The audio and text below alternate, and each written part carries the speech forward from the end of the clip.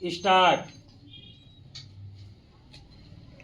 आतंकवाद, हिंसा, अस्थिरता, संवैधानिक व्यवस्थाओं का अभाव, गरीबी और पिछड़ेपन से जूझते पाकिस्तान के कई इलाकों में आज भी बहुत सारी लड़कियों की स्कूल तक पहुंच नहीं है।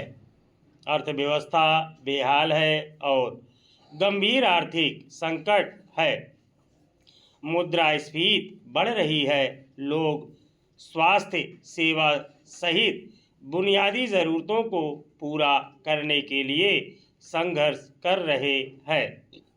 देश की अर्थव्यवस्था अंतर्राष्ट्रीय एजेंसियों और मित्र देशों से उधार लिए गए पैसे पर चल रही है।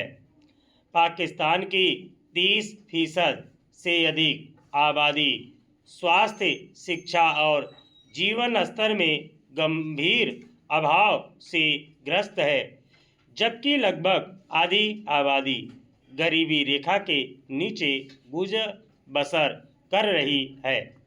महंगाई, गरीबी और बेरोजगारी से बुरी तरह जूझते इस देश के बारे में यह भी कहा जाता है कि कभी भी यहाँ बड़े नेताओं, सेना के परिवारों और अफसरों के लिए मंदी नहीं आती।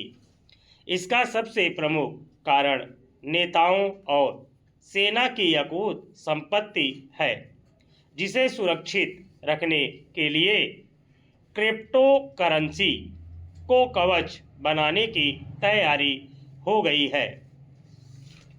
पाकिस्तान में राजनीतिक अस्थिरता और नीतिगत अनिश्चितता ने पूंजी के लिए असुरक्षित वातावरण बनाया है। ऐसे में जिनके पास साधन और संपर्क हैं, वे अपनी संपत्ति को देश में रखने के बजाय विदेश में सुरक्षित करना अधिक अच्छा मानते हैं। दूसरी ओर वहाँ कर चोरी व्यापक समस्या रही है।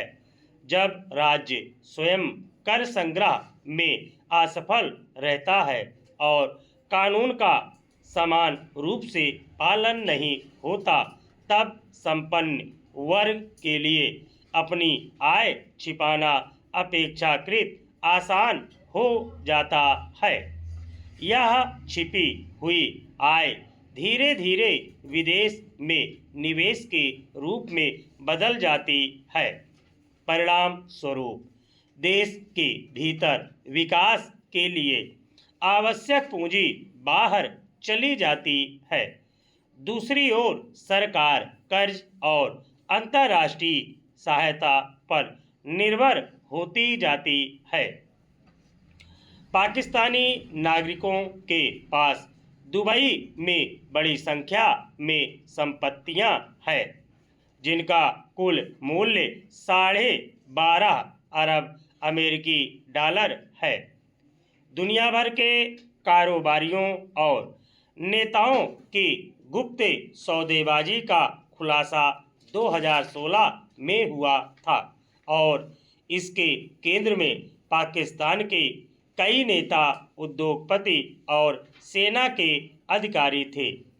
बाद में यह भी सामने आया कि पाकिस्तान की कुछ बड़ी हस्तियां गुपचुप तरीके से दौलत बाहर ले गई।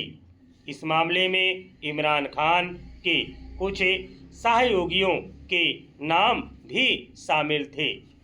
काले धन को वैध बनाने, प्रतिबंधों से बचने और कर चोरी में मदद की वैश्विक कड़ियां जुड़ी तो पाकिस्तान की राजनीति में हलचल मच गई और यह बड़ा मुद्दा भी बना।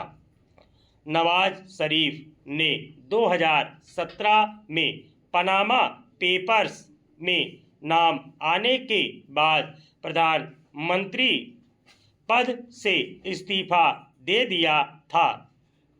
ट्रांसपेरेंसी इंटरनेशनल ने पाकिस्तान को दुनिया के सबसे भ्रष्ट देशों में से एक बताया है। स्टॉप।